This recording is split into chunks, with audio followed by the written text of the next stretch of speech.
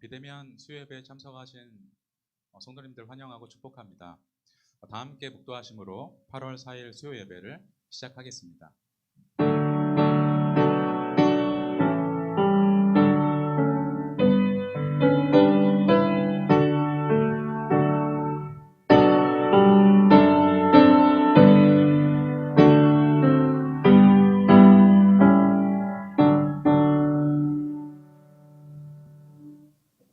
다 함께 찬송가 540장 우리 찬양하시겠습니다. 찬송가 540장입니다.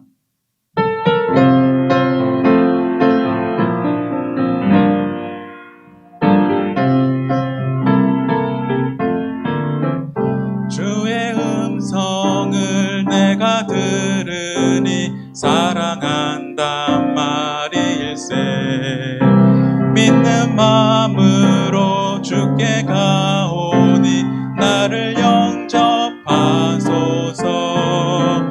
내가 매일 십자가 앞에 더 가까이 가오니 구세주의 흘린 보배 피로써 나를 정케 하소서.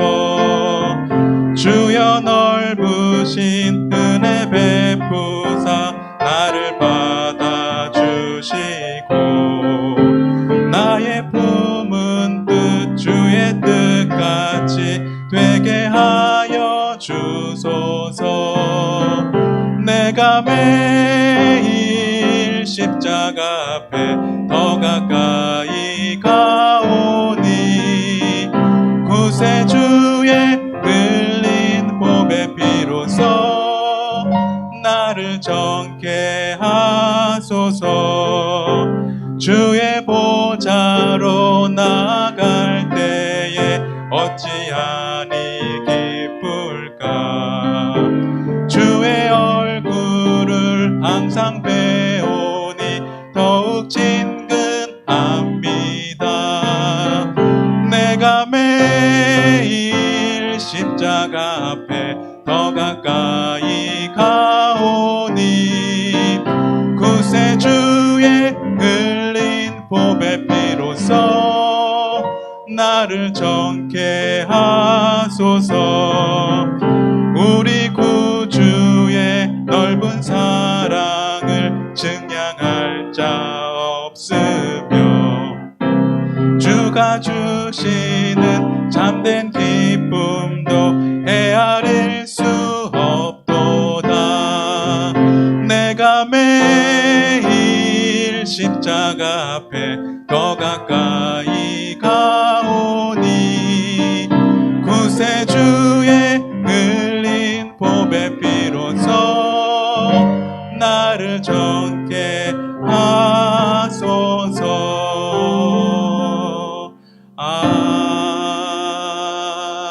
아멘. 우리 다 함께 신앙 고백하시겠습니다. 전능하사 천지를 만드신 하나님 아버지를 내가 믿사오며 그 외아들 우리 주 예수 그리스도를 믿사오니 이는 성령으로 잉태하사 동정녀 마리아에게 나시고 본디오 빌라도에게 고난을 받으사 십자가에 못 박혀 죽으시고 장사한 지 사흘 만에 죽은 자 가운데서 다시 살아나시며 하늘에 오르사 전능하신 하나님 우편에 앉아 계시다가 저리로서 산자와 죽은 자를 심판하러 오시리라. 성령을 믿사오며 거룩한 공예와 성도가 서로 교통하는 것과 죄를 사하여 주시는 것과 몸이 다시 사는 것과 영원히 사는 것을 믿사옵나이다. 아멘. 오늘 우리에게 주시는 하나님의 말씀은 고린도 후서 5장 17절부터 21절까지 말씀입니다. 고린도 후서 5장 17절부터 21절까지 말씀입니다.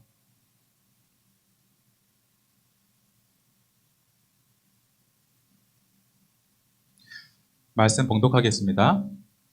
그런즉 누구든지 그리스도 안에 있으면 새로운 피조물이라. 이전 것은 지나갔으니 보라 새 것이 되었도다. 모든 것이 하나님께로서 났으며 그가 그리스도로 말미암아 우리를 자기와 화목하게 하시고 또 우리에게 화목하게 하는 직분을 주셨으니 곧 하나님께서 그리스도 안에 계시사 세상을 자기와 화목하게 하시며 그들의 죄를 그들에게 돌리지 아니하시고 화목하게 하는 말씀을 우리에게 부탁하셨느니라. 그러므로 우리가 그리스도를 대신하여 사신이 되어 하나님이 우리를 통하여 너희를 권면하신 것과 같이 그리스도를 대신하여 간청하노니 너희는 하나님과 화목하라. 하나님이 죄를 알지도 못하신 이를 우리를 대신하여 죄로 삼으신 것은 우리로 하여금 그 안에서 하나님의 의가 되게 하려 하심이라. 아멘. 이 시간에는 새로운 인생이라는 제목으로 담임 목사님께서 말씀 전해 주시겠습니다. 예, 반갑습니다. 오늘도 또 지난 수요일부터 또 일주일이 지났습니다. 아직 교회에서 오셔서 예배 드리시길 원하실 텐데 그러지 못한 상황입니다. 하나님께서 속히 다시 대면해서 함께 예배 드리고 만나서 교제하고 할 시간을 주실 줄 믿고 오늘도 감사하게 예배를 드렸으면 좋겠습니다. 오늘은 고린도 후서 5장 17절을 중심으로 새로운 인생이라는 제목으로 주님이 주시는 은혜를 나누기를 원합니다. 우리가 잘 알듯이 5장 17절 말씀에 보면 그런즉 누구든지 그리스도 안에 있으면 새로운 피조물이라.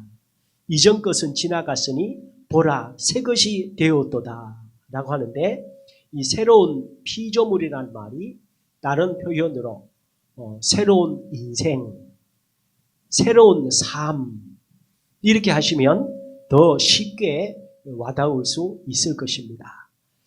우리 하나님께서 오늘 우리를 하나님의 자녀로 구원해 주셨는데 이것이 이 5장 17절을 중심으로 어떻게 표현하고 있는가 하는 것을 살펴보기를 원합니다. 먼저 새로운 인생을 살 수 있는 사람은 누구인가? 어떤 사람이 새로운 피조물, 새로운 인생을 살 수 있습니까? 오늘 본문에 보면 누구든지 해서 이 세상에 존재하는 모든 사람은 누구나 주님의 초청을 받아들이면 다 새로운 인생을 살 수가 있습니다. 그래서 여기에서 누구든지라는 것은 anyone, everyone 이렇게 볼 수가 있습니다. 로마서 10장 11절에서 13절에 보니까 성경에 이르되 누구든지 저를 믿는 자는 부끄러움을 당하지 아니하리라 하니 유대인이나 헬라인이나 차별이 없음이라. 한 주께서 모든 사람의 주가 되사 저를 부르는 모든 사람에게 부요하시도다. 누구든지 주의 이름을 부르는 자는 구원을 얻으리라. 그러므로 우리 하나님은 이스라엘 백성들만의 하나님이 아니시고 믿는 자들만의 하나님이 아니시고 하나님은 이 세상 온 우주의 하나님이십니다. 그러므로 하나님의 통치와 하나님의 사랑과 하나님의 인도함을 받지 않아도 되는 사람은 아무도 없는 것입니다. 그래서 누구든지 주님의 초청을 받아들이면 새로운 인생을 살 수가 있습니다. 디모데전서 2장 4절에도 보면 하나님은 모든 사람이 구원을 받으며 진리를 아는 데에 이르기를 원하시느니라. 그러므로 하나님께서는 우리에게 수많은 전도자들을 통해서 예수님을 받아들일 수 있도록 우리에게 선택권을 주십니다. 그럴 때에 주님의 부름에 응답해서 그 복음을 내 마음속에 받아들이면 새로운 인생이 열려지게 되는 것이죠.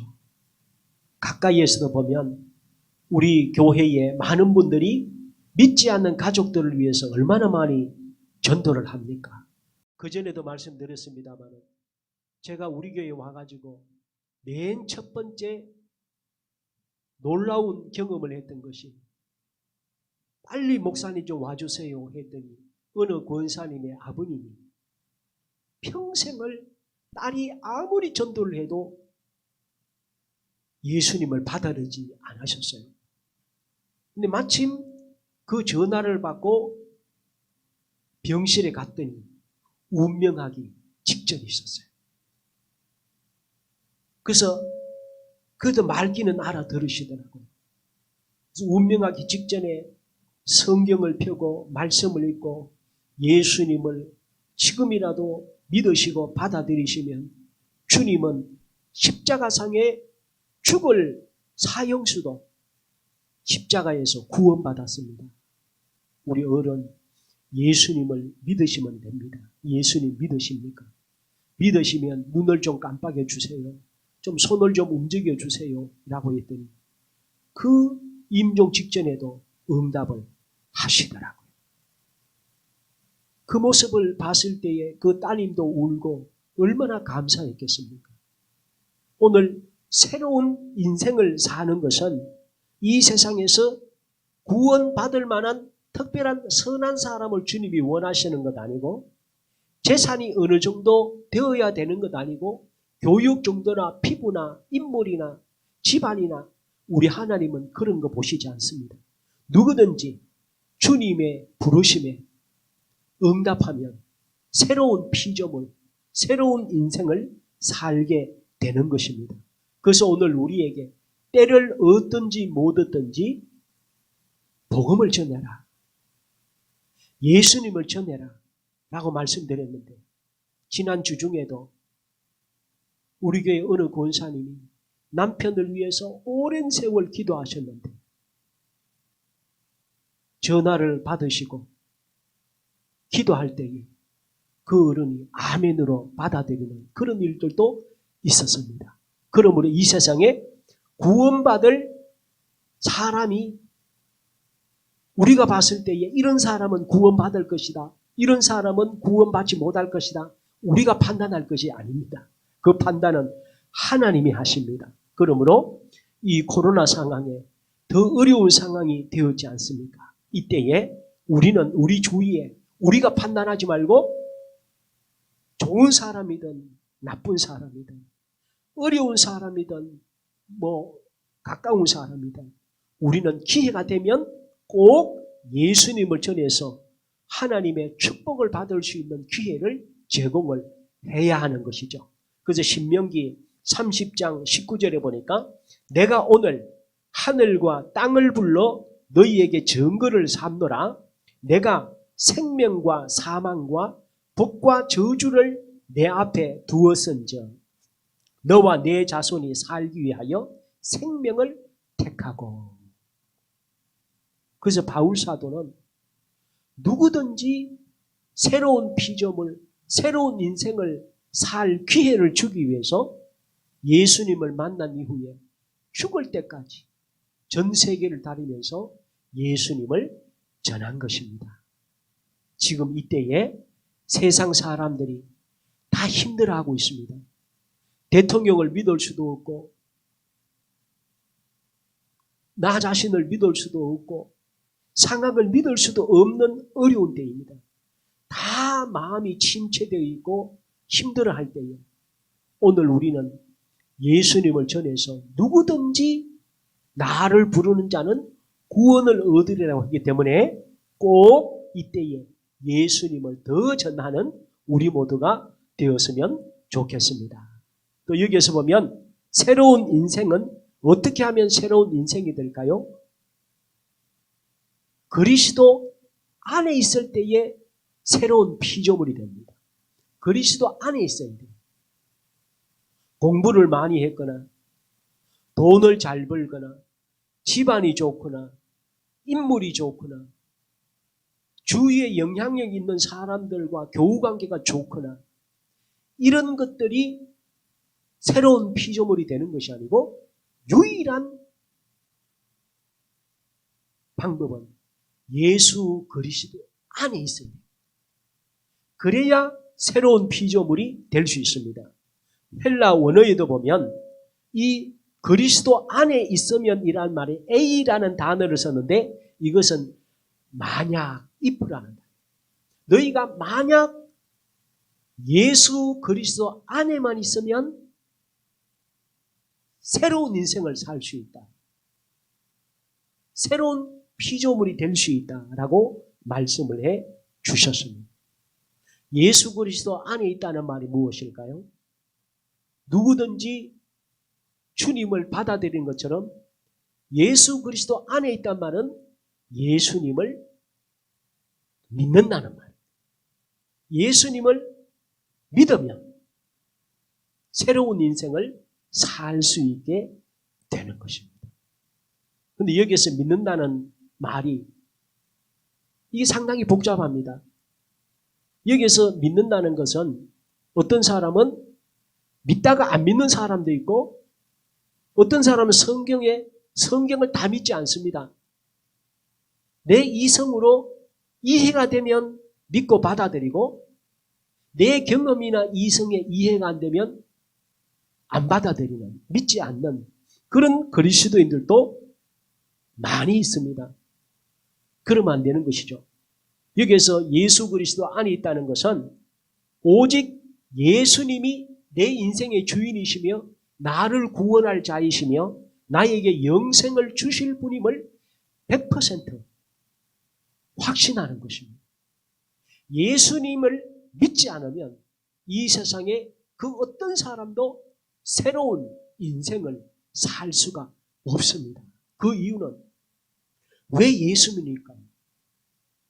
예수님의 권세만이 오늘 우리를 이 세상의 사탄의 권세에서 벗어나게 할 수 있기 때문입니다.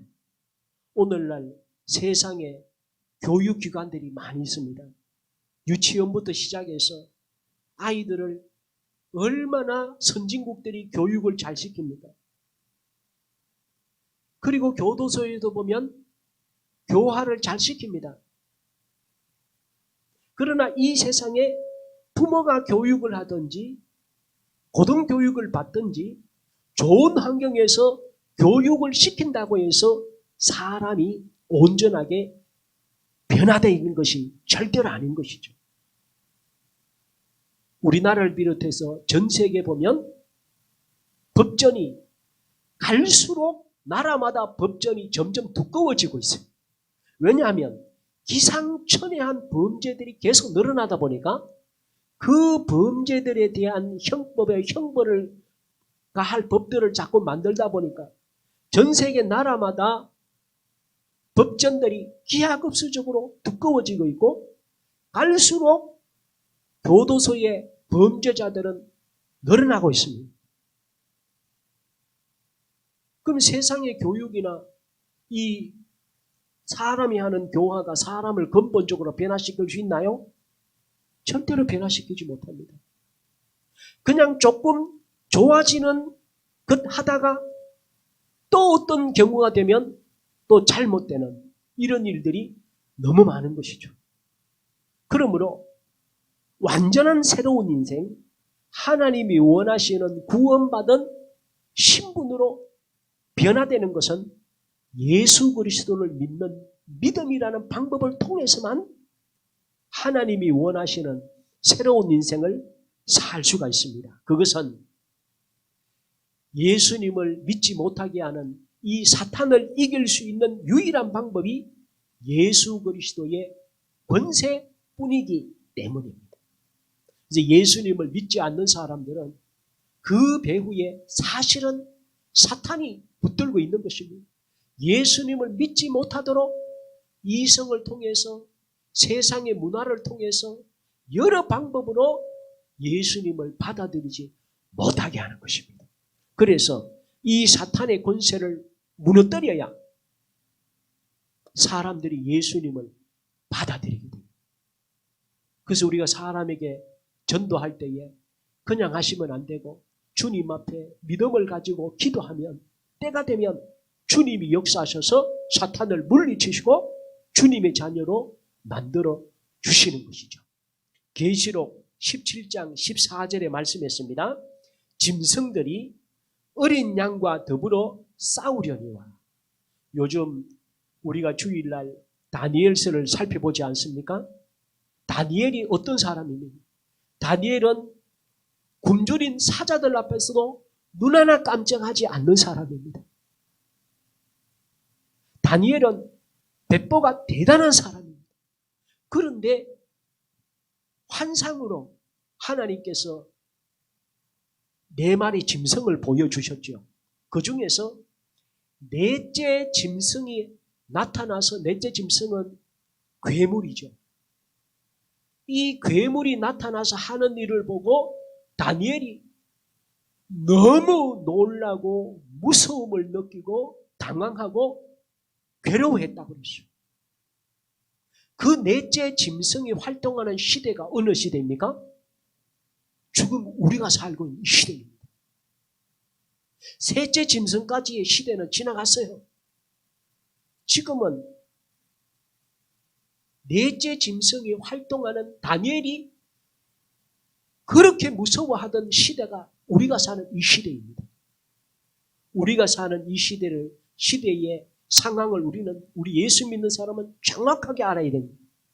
예수 믿지 않는 사람은 상황 파악도 못하고 지금 인생을 어느 살다가 자기가 죽으면 어디로 가는지도 모르고 정신없이 살고 있지만 우리는 그런 사람들은 아니잖아요. 하나님께서 다니엘에게 인류 역사 전체를 보여주셨던 것처럼 우리 예수님 믿는 사람에게는 오늘 우리가 어디쯤 살고 있는지, 어떻게 살아야 되는지, 어디를 가야 되는지를 성경을 통해서 우리에게 다 가르쳐 주셨지 않습니까? 마귀를 이길 수 있는 유일한 방법은 예수님의 권세를 의지하는 것입니다. 그러므로 우리 모든 분들은 예수님을 끝까지 붙들고 예수님 중심으로 살아서 이 시대의 모든 어려움을 극복하면서 살아가는 우리 모두가 될 줄 믿습니다. 그 다음에 마지막으로 보면 여기 새로운 피조물에 대해서 이제는 좀 살펴보겠습니다. 그러면 도대체 누구든지 예수님 안에 있으면 예수님을 믿으면 새로운 피조물, 새로운 인생이 된다고 그러는데 새로운 인생, 새로운 피조물이라는 것이 도대체 뭐냐는 것입니다. 이 세상에 보면 새로워진다는 것을 성경은 크게 2가지로 해석을 하고 있습니다. 첫 번째 새로워진다는 것은 네오스적인 새로움이라는 표현이 있습니다. 이 네오스적인 헬라어로 네오스라는 말인데 이건 뭔가 하면 이 세상에도 새로워지는 것이 많이 있죠. 해마다 보면 자동차도 신형 자동차가 계속 만들어집니다. 또 집안의 가전 제품들도 보면 1, 2년마다 계속 새 제품이 나옵니다. 그런데 이것은 없던 것이 나오는 것이 아니고 만들어진 것을 계속 업그레이드 하는 것이죠. 계속 제품을 좀 더 상향 질적으로 좋게 만드는, 원래 있는 것을 자꾸 좋게 만드는, 이것을 네오스적인 새로움이라는 표현을 씁니다. 또 하나 성경에서 말씀하는 새로워지는 것이 뭔가 하면 카이노스적 새로움입니다. 이 카이노스적 새로움은 뭐냐? 화학적으로 완전히 변화되는 것을 말합니다. 즉 물이 포도주로 변화되는 것은 분자 전체가 다 변화되는 것이죠. 그래서 완전히 바뀌어지는 것이죠. 마찬가지로 오늘 주님께서 5장 17절에 누구든지 그리스도 안에 있으면 새로운 피조물이다. 새로운 인간이다. 새로운 생명이다. 새로운 인생이다. 라는 것이죠. 이전 것은 지나갔으니 보라 새 것이 되었도다. 이것이 뭔가 하면 예수님 안에 있으면, 예수님을 믿으면 신분이 완전히 바뀐다는 거죠. 즉 예수님 믿기 전에 신분과 예수님 믿고 난 이후의 신분이 바뀐다는 거예요. 우리는 에덴 동산에 아담과 하와를 얼마나 부러워합니까? 우리가 에덴 동산에 있으면 우리는 죄 안 지을 텐데 생각했습니다. 그런데 아담과 하와의 신분을 보십시다. 죄 짓기 전에 아담과 하와의 신분은 하나님의 자녀의 신분은 아니었습니다. 만물의 영장으로 하나님의 창조물 중에 걸작 중에 걸작이요, 모든 창조물들을 관리할 수 있는 그런 엄청난 권한을 받았지만 하나님의 자녀는 아니었어요. 그냥 정직이었어요.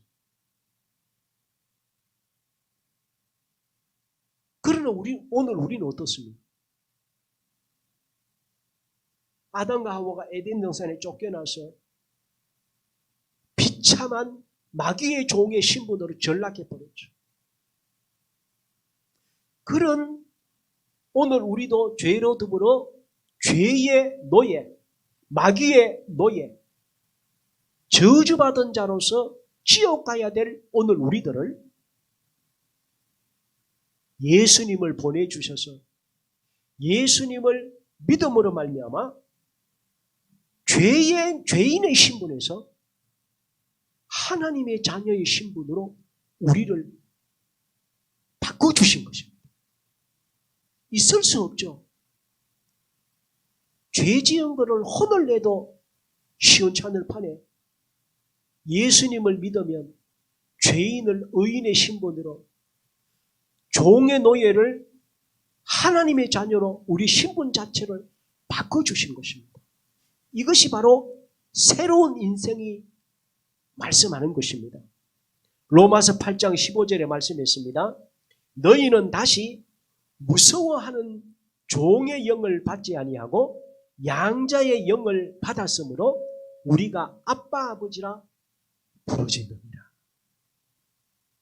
그러므로 오늘 우리는 하나님 아버지의 자녀이기 때문에 이 코로나 상황에서 살 때에도 우리의 삶의 태도는 좀 달라야 됩니다.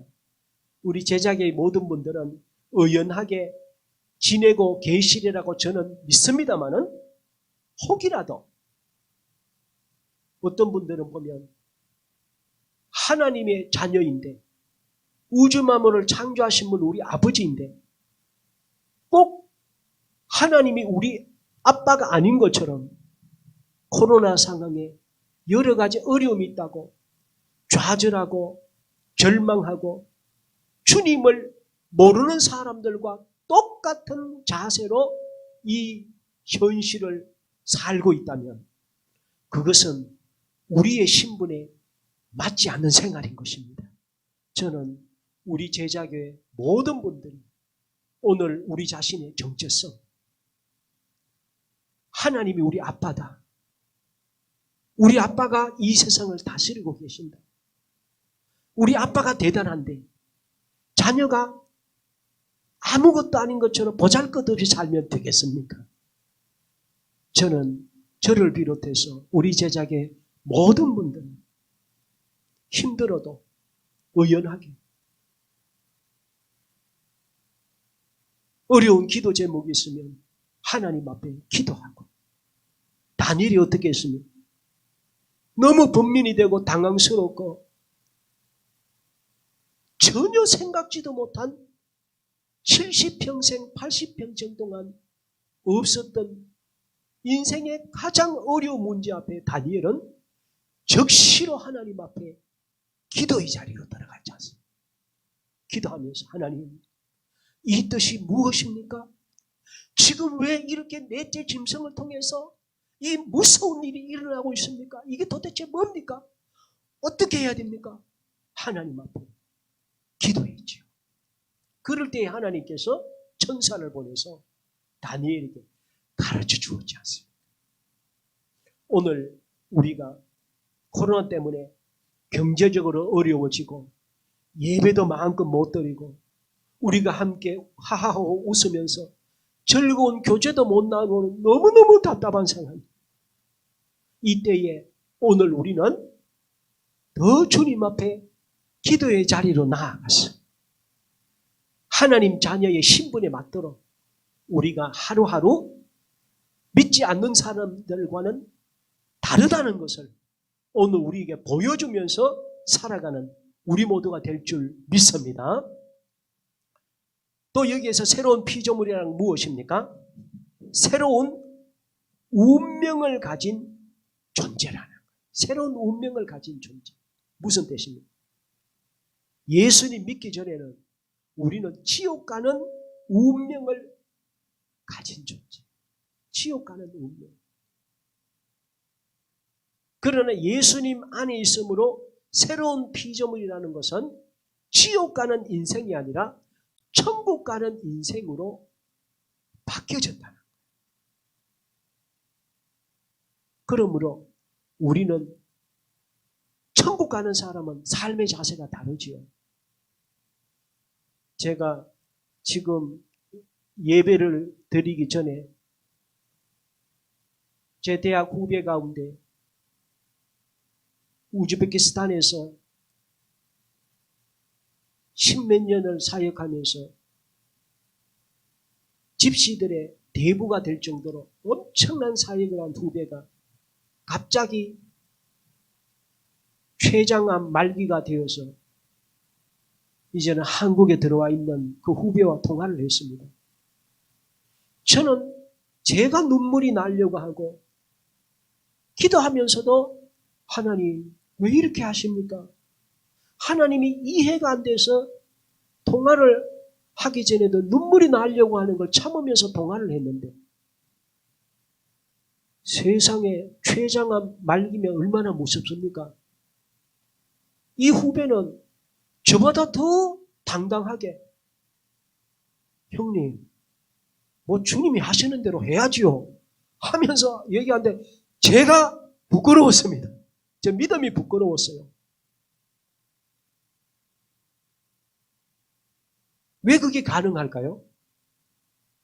천국이 담보되어 있다는 것을 아니까. 우리의 이 세상에 사는 인생이 내가 원하는 만큼 마음대로 살 수 있는 것이 아니니까 그 믿음이 확실하니까 사나 죽으나 담대한 거죠. 기쁜 것인 것이고 예전과 그 목소리가 조금 더 달라지지 않았어요. 그걸 보면서 제가 도전을 받고 은혜를 받았습니다. 오늘 예수님 안에 있는 사람은 우리는 영원히 사는 존재인 것입니다. 우리는 지옥 가는 사람이 아니고 이 세상보다 훨씬 좋은 천국 가는 사람으로 우리의 운명이 바뀌어진 것입니다. 이것이 바로 새로운 피조물이 의미하는 거예요. 그러므로 우리에게는 새로운 인생이 시작이 된 것입니다. 그러므로 우리는 어떻게 해야 될까요? 이전에 옛사람의 삶을 벗어버리고 날마다 새 사람답게 하나님의 자녀가 된 것을 그의 수준에 맞게 우리가 하루하루 믿음을 가지고 살아야 하는 것이죠. 그래서 우리 제자계 모든 분들 우리가 대면 이게 풀리고 우리가 다시 만났을 때에 더 밝아진 모습으로 더 영적으로 깊어진 모습으로 더 하나님의 영적인 응답과 체험을 많이 받으셔서 하나님이 인도하신 것을 서로 얘기하기에 바쁜 집사님, 권사님 잠깐 나도 좀 얘기할게. 나도 주님께서 이렇게 응답해 주셔서 서로 얘기하면서 우리가 정말 신분이 새롭게 바뀐 사람다운 이것을 우리가 우리 삶에 체험하는 이런 축복이 우리 모두에게 있기를 주님의 이름으로 축원합니다. 축원합니다. 예, 이제 우리 주님 앞에 우리 같이 한번 찬송 같이 드리겠습니다. 찬송 436장입니다. 나 이제 주님의 새 생명 얻은 몸 436장입니다.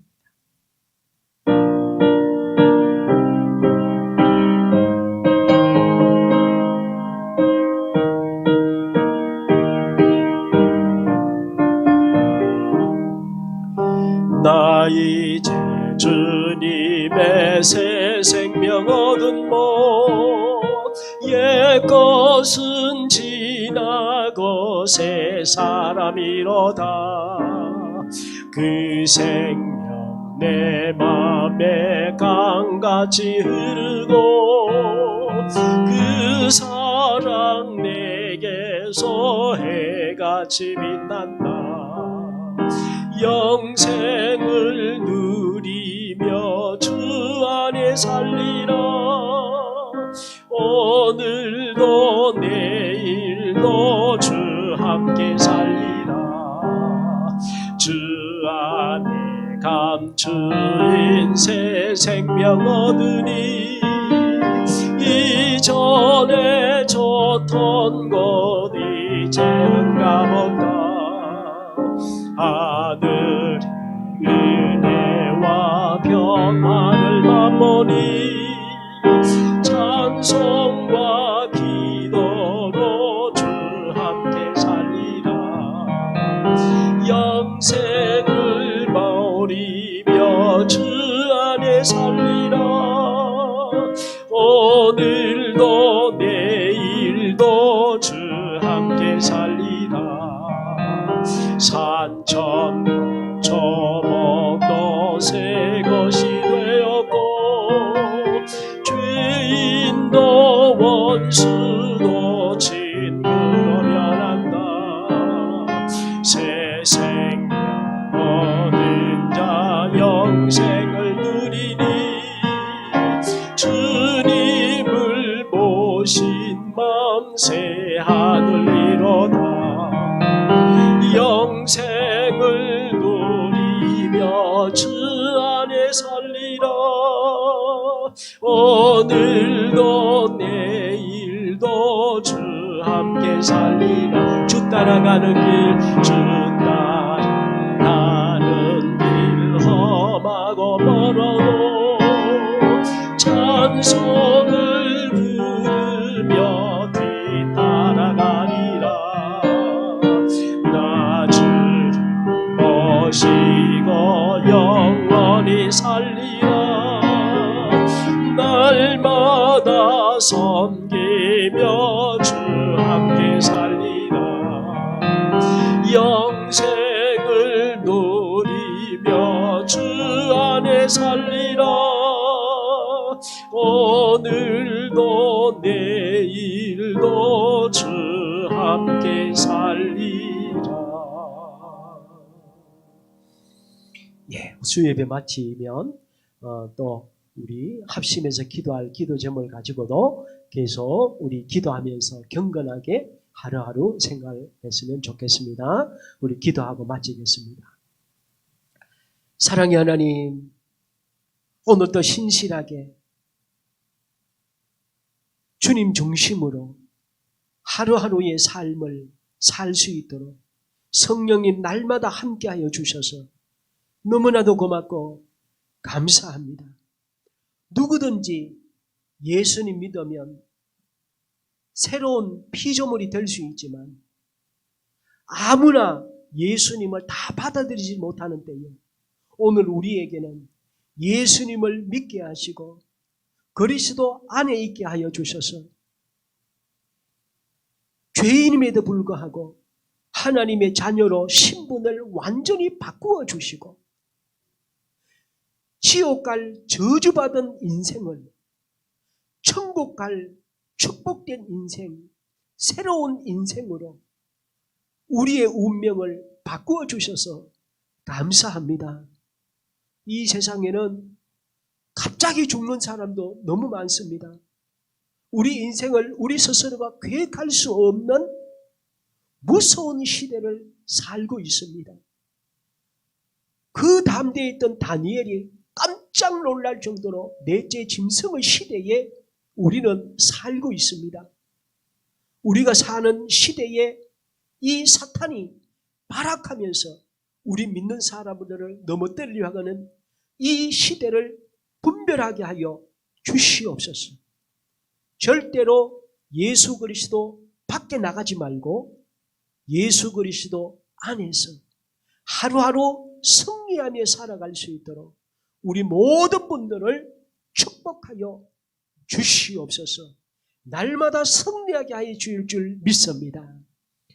이제는 우리 주 예수 그리스도의 은혜와 하나님 아버지의 지극하신 사랑과 성령님의 교통하심, 예수 그리스도 안에서 예수님을 굳게 붙잡고 날마다 새 사람으로 승리하며 살기를 결단하는 모든 분들 위해 영원토록 함께 있을지어다.